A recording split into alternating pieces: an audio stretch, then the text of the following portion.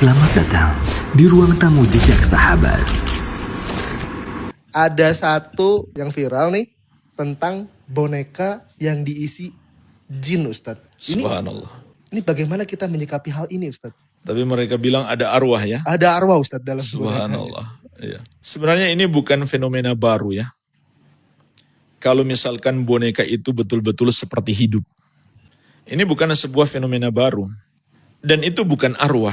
Itu sudah betul seperti kata antum, itu adalah permainan setan dari kalangan jin. Ya. Di masa Rasulullah SAW ada seperti itu. Jadi orang-orang musyrik itu datang meminta sesuatu ke berhala. Dan berhala itu mengeluarkan suara. Ngomong, Ustadz. Ngomong. Nah mereka mengira, wah patung ini yang bersuara. Padahal itu adalah setan dari kalangan jin yang menipu mereka. Iya. Dan tidak mungkin itu arwah. Arwah itu kan artinya ruh ya. Ya, dalam bahasa Arab arwah jamak daripada ruh. Ruhun, arwahun. Itu nggak mungkin. Ya. Karena ruh orang-orang yang sudah wafat itu nggak bisa menyeberang ke alam dunia lagi. Sebab Allah Azza wa Jalla menegaskan, wa mi waraihim barzakhun ila yaumi yub'atsun. Di hadapan mereka ada barzakh, ada dinding pembatas. Mereka tidak akan mungkin menembusnya sampai hari kebangkitan. Baru mereka bisa keluar dari alam kubur. Makanya kuburan itu juga disebut alam barzakh. Jadi itu bukan ruh. Maka itu hanyalah tipuan setan. Ya. Kemudian, yang paling berbahaya adalah ketika mereka mengharapkan atau meminta sesuatu kepadanya. Atau sekedar meyakini bahwa boneka-boneka itu bisa mendatangkan manfaat atau bisa menolak mudarat. Ini sangat berbahaya. Inilah yang disebut dengan dosa syirik. Menduakan Allah. Walaupun orang yang memiliki boneka itu dengan keyakinan tersebut mengatakan, saya nggak menduakan Allah, saya masih menyembah Allah. Tapi ketika dia meyakini boneka itu bisa mendatangkan manfaat atau bisa menolak mudarat, dia sudah menduakan Allah. Sebab yang maha mampu memberi manfaat ataupun menolak mudarat hanya Allah Subhanahu wa ta'ala. Dan ketika hati mereka bergantung kepada boneka itu, hakikatnya dia sudah menyembahnya. Dia menyembah dengan apa? Dengan ketergantungan hati yang disebut dengan tawakal. Tawakal itu kan ibadah. Ketika hati kita bergantung kepada Allah, itu namanya kita bertawakal kepada Allah dan kita sedang beribadah kepada Allah dengan hati kita. Nah, saat hati mereka bergantung kepada boneka-boneka itu, berarti mereka sudah menyembahnya. Karena tawakal itu ibadah, tidak boleh dipersembahkan kecuali hanya untuk Allah, sehingga mereka telah melakukan syirik. Jadi syirik mereka dari dua sisi.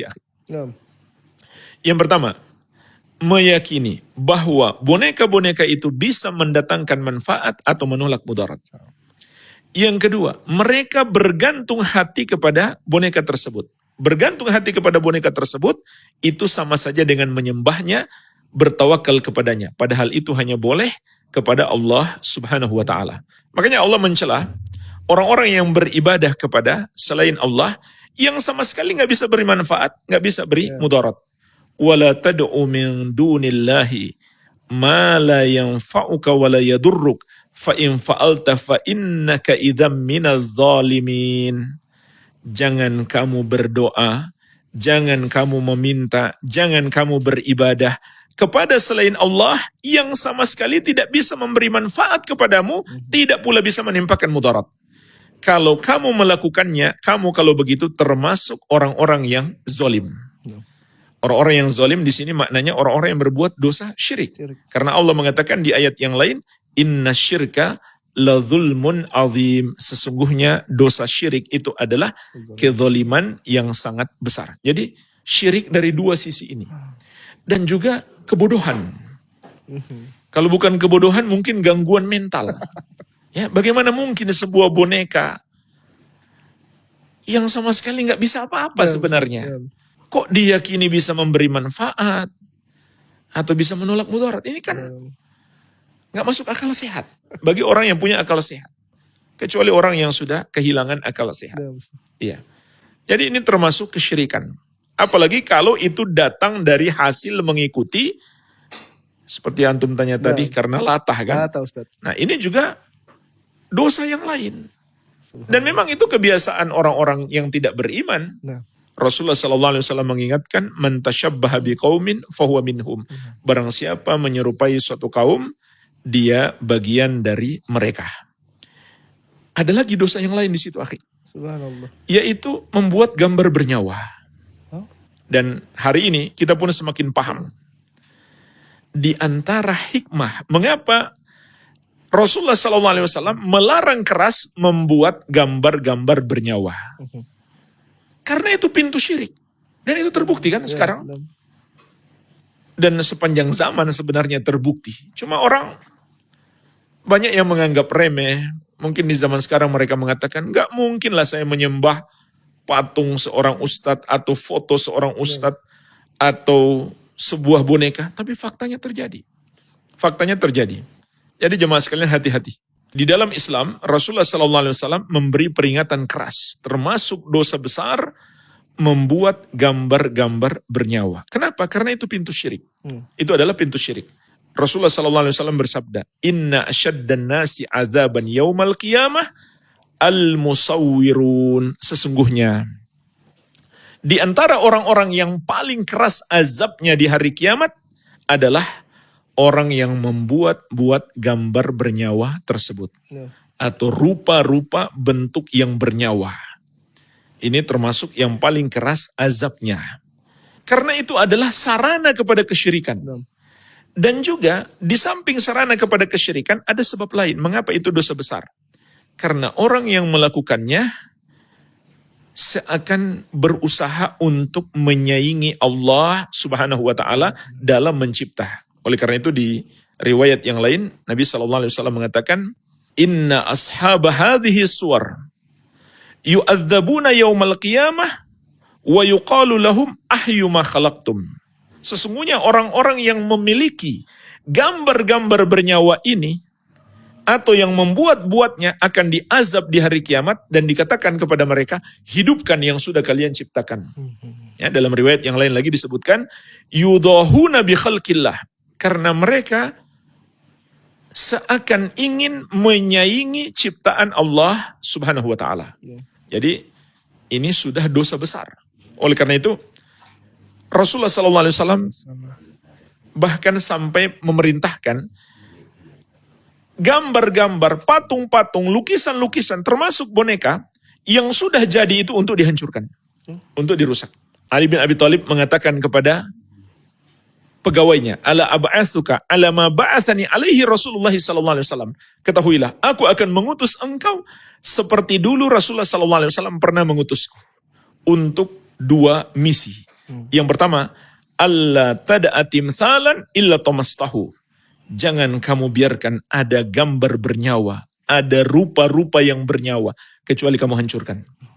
Wala qabran musyrifan illa sawaitahu. Yang kedua, jangan kamu biarkan ada kuburan yang ditinggikan kecuali kamu ratakan. Maksudnya kamu kembalikan kepada bentuk aslinya. Jadi bukan hanya yang membuat itu yang berdosa besar, yang memiliki pun berdosa besar. Maka Nabi SAW menyuruh untuk dimusnahkan, untuk dihancurkan. Jadi itu saja sudah dosa besar. Apalagi kalau disembah atau sekedar diyakini bisa mendatangkan manfaat atau menghilangkan mudarat. Ini termasuk syirik. Ini termasuk syirik. Dan ini juga mirip keyakinan terhadap jimat-jimat. Ya. Keyakinan terhadap semua benda yang bisa mendatangkan manfaat atau menolak mudarat itu adalah syirik. Ya. Rasulullah SAW menegaskan, man allaqa tamimatan faqad asyrak. Barang siapa menggunakan jimat, maka dia telah berbuat syirik. Memang betul ada izin khusus untuk bermain boneka, tapi itu untuk anak perempuan yang masih kecil. Bukan untuk orang dewasa, laki-laki pula. Iya. Orang dewasa perempuan pun sudah nggak boleh lagi. Kenapa anak kecil perempuan diizinkan untuk bermain boneka? Karena itu akan bermanfaat bagi dia misalkan dalam mengurus anak ya. Jadi boneka itu seperti anaknya. Kalau untuk orang dewasa tidak dibolehkan. Itu pun yang dibolehkan untuk anak kecil untuk permainan. Kalau cuma misalkan hiasan di pakaiannya itu juga nggak boleh. Ya. Kalau untuk permainannya apalagi mengandung pendidikan itu boleh diberi keringanan oleh syariat. Sebagaimana Rasulullah SAW mengizinkan Aisyah radhiyallahu anha ketika beliau masih kecil bermain boneka-boneka anak-anak kecil, anak-anak perempuan Aisyah katanya itu. Ya. Jadi seperti itu akhi, ini akibat latah bahayanya sangat besar sampai merusak akidah, bukan sekedar menyimpang tapi mengeluarkan pelakunya dari Islam karena dia sudah menduakan Allah, menyembah kepada selain Allah Subhanahu wa taala. Semoga menjadi nasihat bagi kaum muslimin. Masya Allah, Ustaz.